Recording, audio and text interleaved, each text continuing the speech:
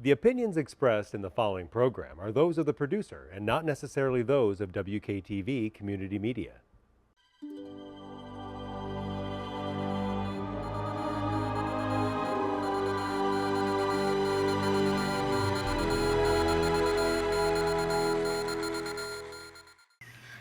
What's going on? It's your boy Esteban Mohawk Rodriguez. And Mayra Rodriguez, and you're watching G-Rap with Baby Hector.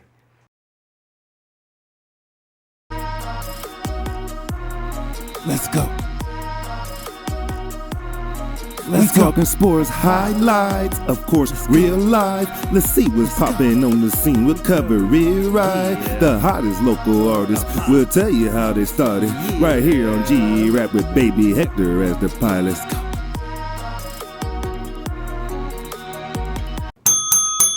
What's up, and thank you for coming back to G-Rap with Baby Hector.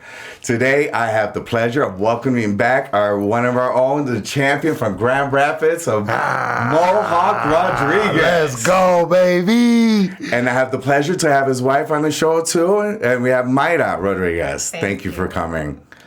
So, before we start asking questions, I want to say welcome home, and let's get you started, right? Oh, I knew my nose was tingling. I knew it was tingling. Oh, man, I told you. Man. The senses was tingling, baby. As soon as I walked in. Ooh, let's go, baby. Let's go. Thank you. This is what hard work looks like, baby. Let's go. Thank you. My pleasure. Cheers. Oh, Cheers. You know, I like getting straight to business.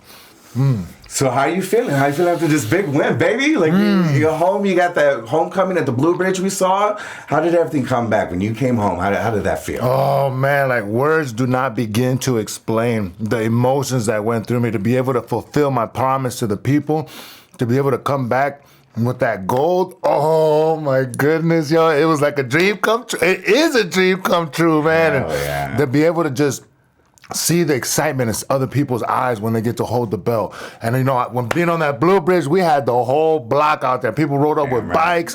There was quinceañeras pulling up. It was crazy. And everybody was to be able to enjoy the belt. And man, it was words don't even begin to explain it. It was magical. It was a legendary moment. I think that's awesome, and you came and you shared your belt with everybody. That's really cool. You've always said, even when you won, we did it, we won. And who's we for you?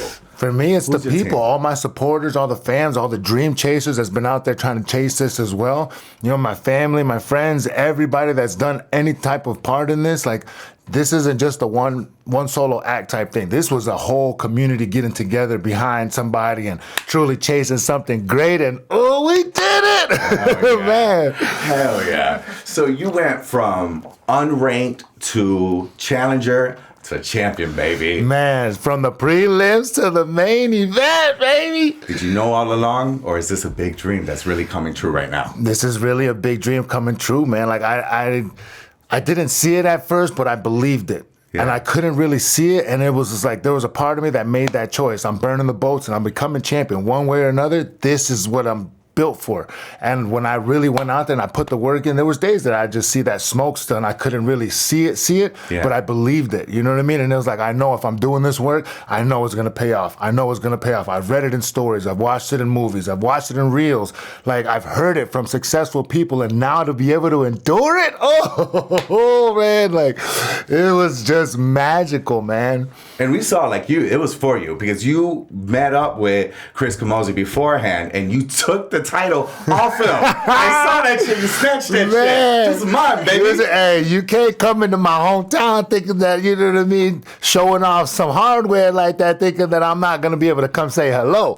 So that was my opportunity to be able to feel and taste something that was going to be mine. And like, I knew that belt was for me, and I knew that belt was for the people. So with all these wins and everything and being champ, how do you keep him humble? I mean, I think it's where we came from and where we grew up, you know what I mean? Because when he won the belt, you know, we both looked at each other and we're like, okay, we're here. This is what we worked so hard for. And, you know, and then, of course, you know, the first person that comes to your mind is your parents, you know. So we gave her a call and I said, hey, why does it feel like we haven't accomplished what, you know? I feel like there's still so much work to do and still. I I believe it's the way we grew up. Yeah. It's the way we grew up, and like, yeah, there's like the groupies and everything that comes with it, and it's just like the people that were around. And then when we started with BKFC, we see how some of the champions were on their way and how the money's changed them. And I look at him and I said, that's not going to be us, because we're not here for the money. And that's our reminder to us, we're going to stay humble through this, because it's not for the money. I feel that's what's gotten us this far, this fast, because it's like we've stayed true to the game since the day one. You know what I mean? When I let go of the wheel, like I've told people from the beginning, that they've followed my story from the beginning, like when I bit the barrel, that Mossberg 500 shattered my teeth and sent a whole different vibe straight to the brain. And it was like, that's when I realized there's more out here, man. It's like, I'm going to let go of the wheel, regardless of what happens, Lord. Like, this is what it do. I'm coming at you with my fullest. And 3 days later, baby, BKFC, we've been on a war path ever since, man. So I don't care what anybody says. Like, I ain't no religious person. Anybody that knows me knows I ain't never been no religious person. But damn, if there's something working beyond me, man, that's been able to make shit happen. And it's like, to just from the beginning, if you look at the full story, you know what I mean? Not being able to have size 15 shoes. Yeah. Not being able to make it to some of these fights because, finances was tight. You know what I mean? And just, it's been so hard. Adversity after adversity after adversity. And then to get to this point, it's like, we still got so much work to do. Nice. So walk me through the fight. When you went in there and they started booing you, we were cracking up because we were like, you're at his home. You're in his home taking his title from him. And they didn't like that shit. But too bad. Man, no, listen, we went into the Lions. Your head hearing them? We went into the Lions Den and we went out there and handled business, man. I heard all those boos and I turned it into something greater than just breaking me down, and I use it as motivation. I added that fuel to the fire, man. And I just, like, as I was walking out, there was people yelling at me from the sidelines. A guy on the side was like, "Hey, Mohawk, Chris Camosi's gonna fuck you up." And I'm like, bro. Bullshit. I'm like, stay locked in, stay locked in, stay locked in. Just prove him wrong, bro. I just smiled and just kept on moving, though, man. And it was like one of those Happy Gilmore moments where they gotta make that shot, and it's just that guy, check it. It was like, that was the exact picture that came to my mind. And in my mind, I was just thinking like, ooh, I'm ready to shut this place down, man. And that's exactly what we went out to do.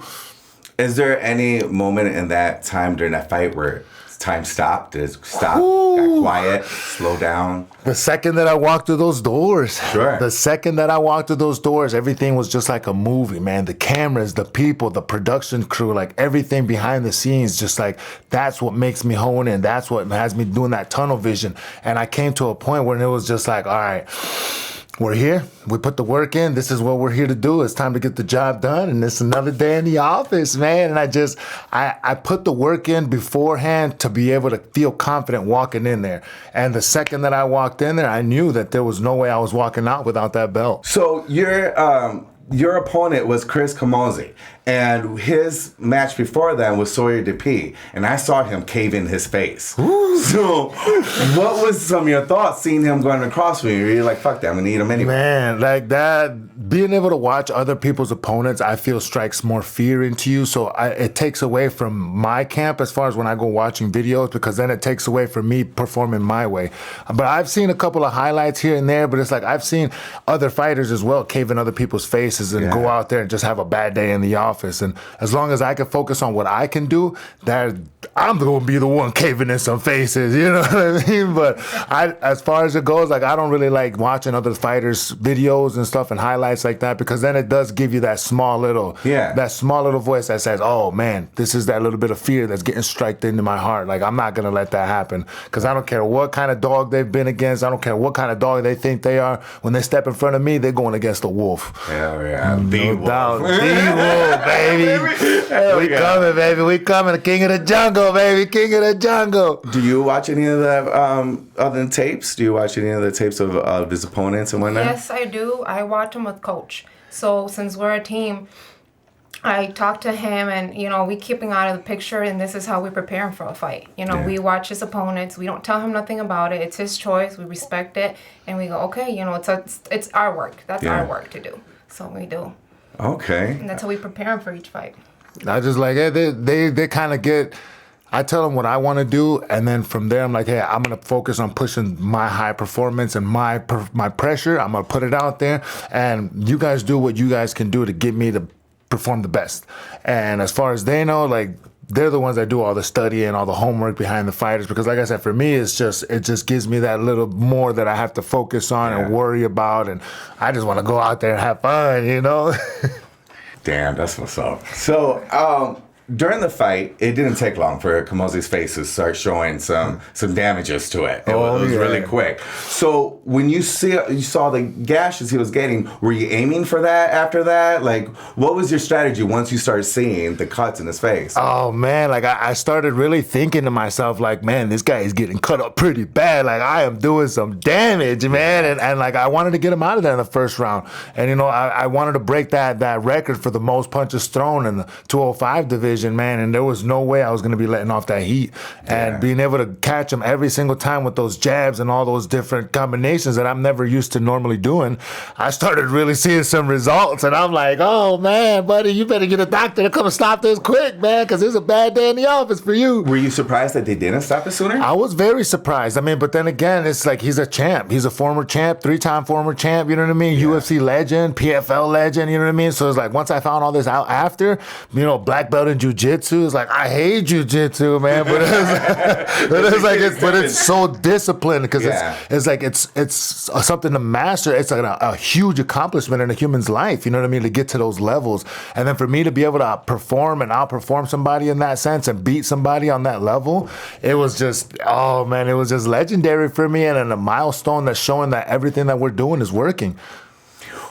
Did you find yourself in any trouble where, to the point where like the bell may have saved you or him? And did the bell save you or him at all? There was times. There was times when I was in there ducking and dodging, bobbing and weaving, and he was catching me. But then I was about to start catching him, and the second that I started catching him, they stopped it. And I'm like, oh, you lucky mother sucker, you.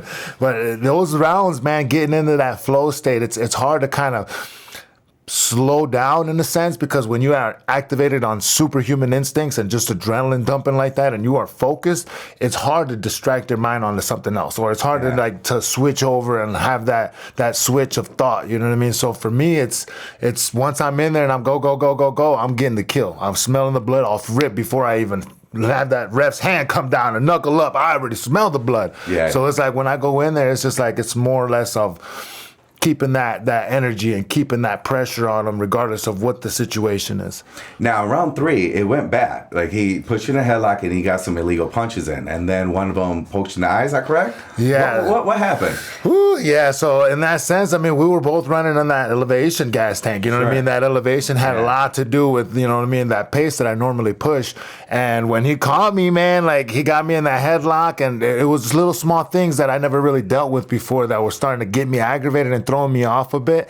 And when he got me in that headlock, man, and he got me with the hook in there, he had his thumb out, and that thumb kind of jammed into my eye on this side, and I felt it on this side, and I'm like, yo, what's going on? But I think the eye was already poked from before I even went into that headlock.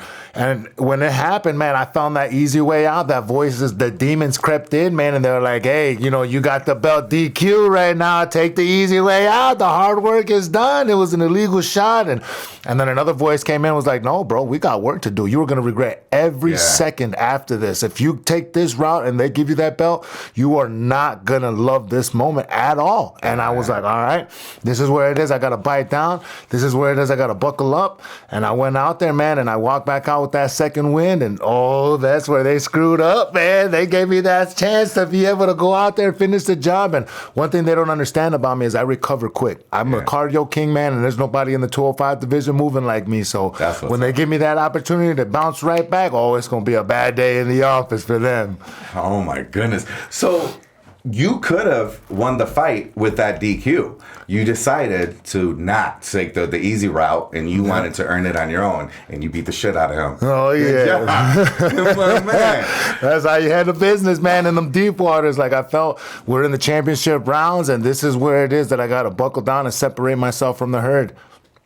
So in round 4 is when you took him out. He was throwing some body shots, and you really froze him up with an uppercut. Ooh. Was that your opening? Was that when you knew, like, okay, you're done? Oh, yeah. So he caught me really good in the solar plex, square on the button, and immediately taking those shots, I've always been a person. You're going to hit me, I'm going to hit you right back. So when he caught me with that good gut shot, man, I immediately transferred that power right back to him and bam, caught him with that uppercut. I was like, oh, let's go, baby. Yeah. And yeah, that's the power of the true human instincts, man. It's like if you really truly believe in yourself and you really truly go out there and like handle that as far as like putting your 100% energy into that tank and dumping everything out there, you are going to come out on top. No ifs, ands, or buts about it, man. And you will not be disappointed with the results.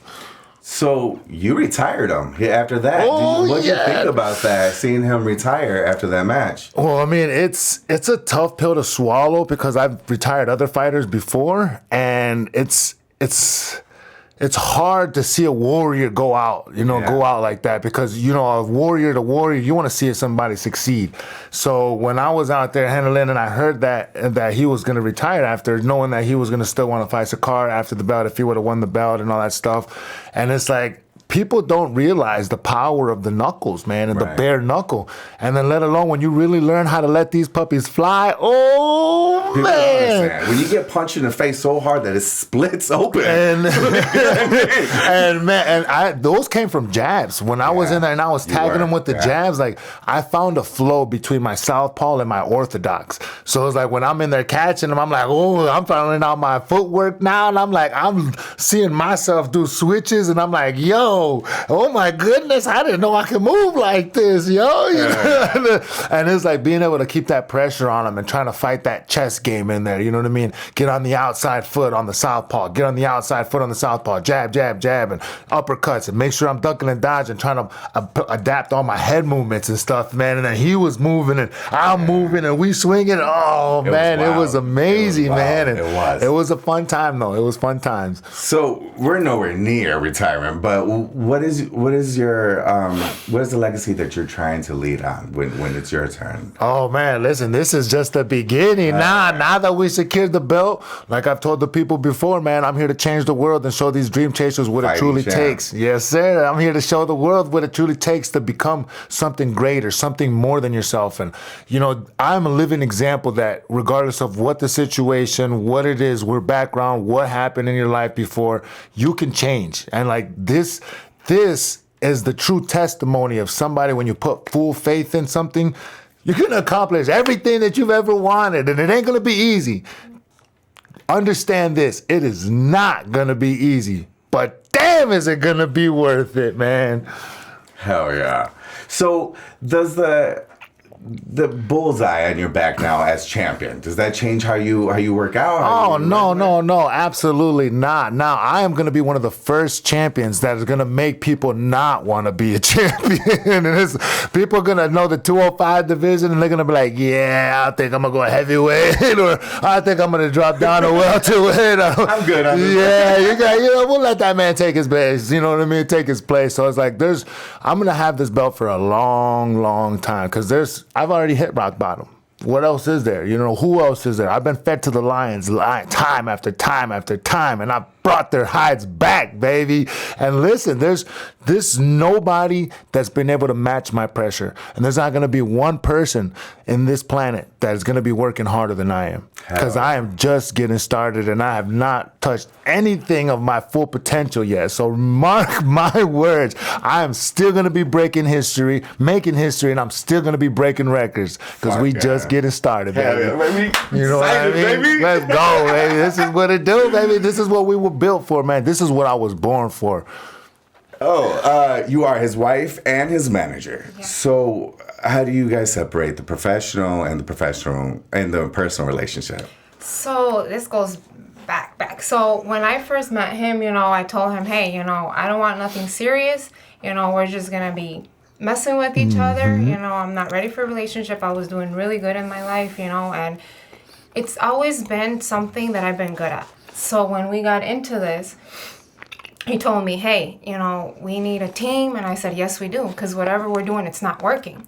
And I said, all right. And he goes, well, you're really good at organizing. You're really good at managing things. And everywhere I worked, every job I've had, I've been a manager. I've always reached the top. I get bored and I just move on, right? Yeah. So then when we're in there, I'm like, all right, right now, I'm not your wife. I'm your manager. So do not kiss me. Do not touch me. You know. Well, not even just a little smooth. Like, no. Keep it professional. Yeah, keep it professional, you know? And for me, it's not that hard. It's not that hard, you know, and I think this is why it's working out, but it's not easy either. Because like professional, you're like, go out there and fight. And in personal, you're like, no, don't get hit. She's always yelling, move your head, move your head. Well, I always tell them, look, because I don't know if you guys watched the Zach Cavender fight. Yeah. He got pretty beat. He got beat, and I told him this last fight, if you come home, beat up like that, I'm gonna whoop your ass. On top of that, the healing process. Nobody talks about the healing process. Right. It's pretty bad. How was that? How was that hit? You know what I'm saying? Woo, I guess it's worse than him, but you know what yeah, I'm saying? that was actually one of my most intense fights. I feel because he caught me so clean in that first 10 seconds in that scramble. Because it's like, you know, I'm always ready to give the people what they want. I Yeah. pride myself on being the most entertaining fighter, and I want to be one of the most entertaining fighters that this world's ever produced. And now, when I got caught in that sense, everything went white. Everything, all I could see was a little bottom, little left side right here. And I'm like, if you see when I was trying to fake jab, I was just trying to make sure it was the ref and I wanted to make sure it was the fighter. So when he caught me and he kept catching me with those jabs too, it would light up. Everything would light up even more. And it was already white and it would just pow, pow. So I caught it. When he came off to my left side. So I knew where his body was going. That's when I did my step through and I caught him with that double jab. People don't understand though, that double jab I used to find him. When I caught him with that next one, that's when I was like, got him, found the mark. And that's when I was like, it's time to go to work. And I wrapped him up and it just bing, bing. And another thing people don't understand is my arms are so long that I can get through anybody's defenses. When they're ducked down like this and I'm catching them, I get to go through the whole elbow, baby. Ain't nothing stopping this, baby. That's why I feel like my uppercuts are so deadly. And like I feel they're very, very effective because I feel comfortable coming from the bottom and coming straight to the top, baby, because I started from the bottom. Now we're here. What about now off this last fight? Was it did it take you long to heal? You look good after that. No, this was actually one of my first fights that I actually ducked and dodged and did all 5 Ds. Duck, dodge, dive, dip, and dodge.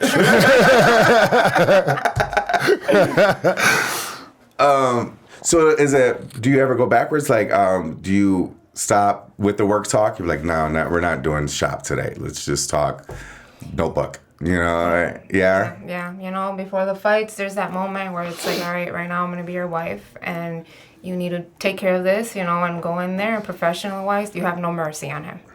Okay, but as a wife, I need you to come back home safe because we got kids at home. So. Oh yeah. What's success to you guys? What's success? Success is for us to help others. Well, for me at least, you know. Every like, life changed is something great. Yeah. That's what success is for us, you know. Like I came back from a rough neighborhood too, and like you know, he grew up on BH. I grew up on the Ville. So, so you know. Oh, you know, no. So we're not even supposed to be together, you know. So this is definitely something world changing right now. So what we've built is a road and an empire that's going to be an example to anybody out there that really thinks there's nothing out there for them. Yeah, we're not chasing the money, you know. We're chasing the difference. This is going to be legendary. Mark my words. There's going to be a legacy that the world is going to find as a beautiful example for all the next humans to see. So what's next for you? Oh, baby, we're knocking everybody out the list that's in the 205 division. And once I win this next belt, the Unified 205 Championship belt, I'm going to see what that $25 million tournament's talking about. I'm going to step it up a notch, and I'm going to start taking out the big dogs in the game, and we're going to go shoot for the baddest motherfucker on the planet. Don't you forget me. No, baby, we coming with everybody in it. When I make it, everybody going to make it. So mark my words.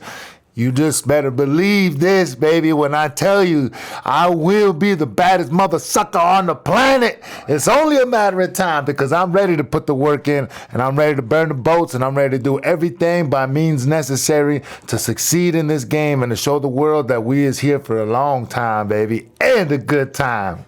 Hell yeah. That's straight from the champ. That's straight from Let's the go, champ, baby. Straight from the heart, too, baby. You know what to do. Let's go. Speaking of champ, when you won your championship title, Did you guys have a moment? Did you cry? Did you have your? I would have been falling like a baby. Man, you know what I'm saying? To be champion of the world. It was. I just watched Rocky for the first time going down there on my way down there, so I was in there like, Adrian, but yep, it's Mayra. Man, having all that blood on my face. If you guys watched the fight, I gave her a kiss afterwards, and it was like she was doing the wrong things at the wrong time. I know. I looked at the corner man, and I'm like, Anthony, do I got blood? Because I licked my lips. I'm like, oh. And then it hit me. That's not his blood because he's not even cut up, right? Oh, right. man. And then I'm like, oh. And then his corner man goes, you look like you just ate some period pussy. And I'm like, oh my God. I was like, no. And I said, give me something. And he goes, right here. Oh, man. Even when I pull back and I'm like looking at her, I'm like, in my mind, immediately that first thought was like, damn, girl, you look like you need some pussy on period or something, girl. Like, hold on, let me get back to this real quick. It was wild, yo, but it was an amazing feeling, though, to be able to have that and like that hardship and all the hard times, just like, it was just that huge payoff, man. And it was like, y'all did it together. Man, we did it, man. Yeah. And we did it. And it was like, the celebration that I did was specifically for the first Rocky movie because I felt so connected to it, and I was like, if anybody sees it, that was when I was like, yeah, baby, because everybody knows my fights afterwards. I celebrate completely different. Yeah. I just embrace that roar, and I just embrace that true animal instinct, and it's just like what happens, you know. And people don't understand, like after the fights, most fight, or I don't know if, you know, speaking on somebody else's behalf, but my behalf, I don't ever remember what I say most of the times, or half of the stuff that I say. It's just, it always comes from the soul, man. And it's just like, most of the times I'm like, damn, I come back, I'm like, why did I say that? You forgot this like, person. Why did I, oh man, I forgot to thank that person. Yeah. Cause like that fight, like I dedicated to the veterans. Mm-hmm. And like, there's not one point in there afterwards that I was like, hey, thank you veterans. And then I'm like, oh my goodness, what am I doing? You did represent Grand Rapids also. And you threw that out, and we're very proud of you. Oh man, you know what to do. We're making it happen, baby, and we just getting started. Hell yeah. However, we have a game to play. Ooh. And as you know, you beat me last time. So I'm going to back out, and it's going to be between you and Mayra. Damn. No, I can't. I ain't going to be able to promise you anything, baby. But so if anyone's going to stop your momentum, it will be her. We got some rocket sock and robots. Ooh. And on the count of 3, we're going to have you guys duke it out. Let's get it, baby girl. Oh, no, this donut stand. This is going to be... Let me get the donut out your way. So you just hit them as hard as you can, and then hit them to the face. I can't promise you I'm going to take it easy on you, baby. That's your wife right now. On your mark. Get set. Go. Hey.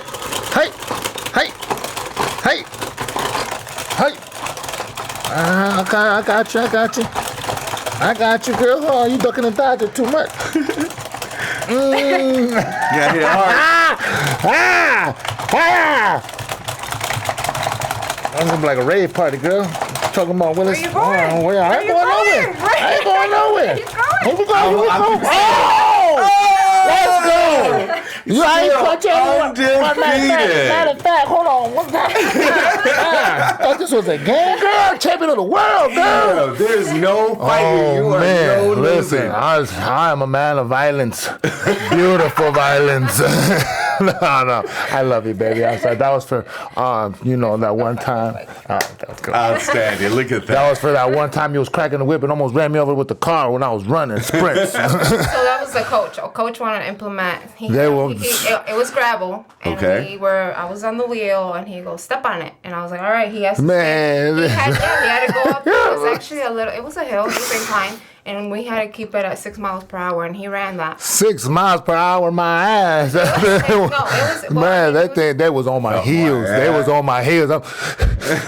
I ain't even look back because I was scared I was gonna trip and fall, and I was cooked, and there was no stopping. But we was getting it. Hard sprints. I would say it was a good almost 200 yards that we were sprinting, man. Like, he had me running. Running. I'm like, he's like, yeah, you got to run all the way to the top of that tree and stop sprinting at the top of that tree. I'm like, you do realize that's like 2 football fields away, right? I'm like, yo, they're like, yeah, we're going to be right behind you. Don't worry. We're going to be right behind you in the car. I'm like, hold on, you ain't running this with me, coach. You driving it? Like, hold on, man. But no, they was on me, man. Those sprints, they blew me out, but they opened up new levels, and I was able to find that new drive that all right, under instinct, Zoo, you got to be able to perform, you know, and it was scary tactics, but man, did they work. That's a long run if you're talking about driving. No, I'll meet you there driving. It was a no run. I wish it was a run. It was on me. It was straight sprint all the way opened up. I'm trying it. I don't know what's going on with me. I exercise every day, but I do opposite with everybody else. Everybody does the ups, the sit-ups, the push-ups, the pull-ups. Well, I do the downs, the sit down, the lay down. Give me a donut, I'll wolf it down. Yeah. Like I do all the down. I gotta change up. I'm with you on that one. The ups, man. I'm with you on that one. That get me. That's a good one though. Hey, a workout's a workout. You winning, baby. You winning. If you getting the job done, you out there winning. Okay. So to watch you have to get on the Bare Knuckle Fighting Championship app. Is there anything else? Is there any? Well, at the moment, right now, they're streaming on DAZN, Fubo Sports TV as well, and on YouTube, you can always find the fights. And lately, they have been doing phenomenal with being able to stream out and host those fights for free sometimes too on certain platforms. Okay. So it has been an amazing run and being able to perform for the people, for the world. Like, I love you guys. This is what we do, man. Like, I will not let you guys down. I promise you, you're going to get the best fights out of me, guaranteed, or your money back. Hell yeah. Thank you guys. Thank you guys for both coming to the show. It's always a pleasure having you here. I'm always very excited. The pleasure's ours, brother. The guy. pleasure's ours. G-Rap with Baby Hector, baby. Let's go. You don't want to miss it. That's right. Thank you guys, and thank you at home for watching. Have a good night.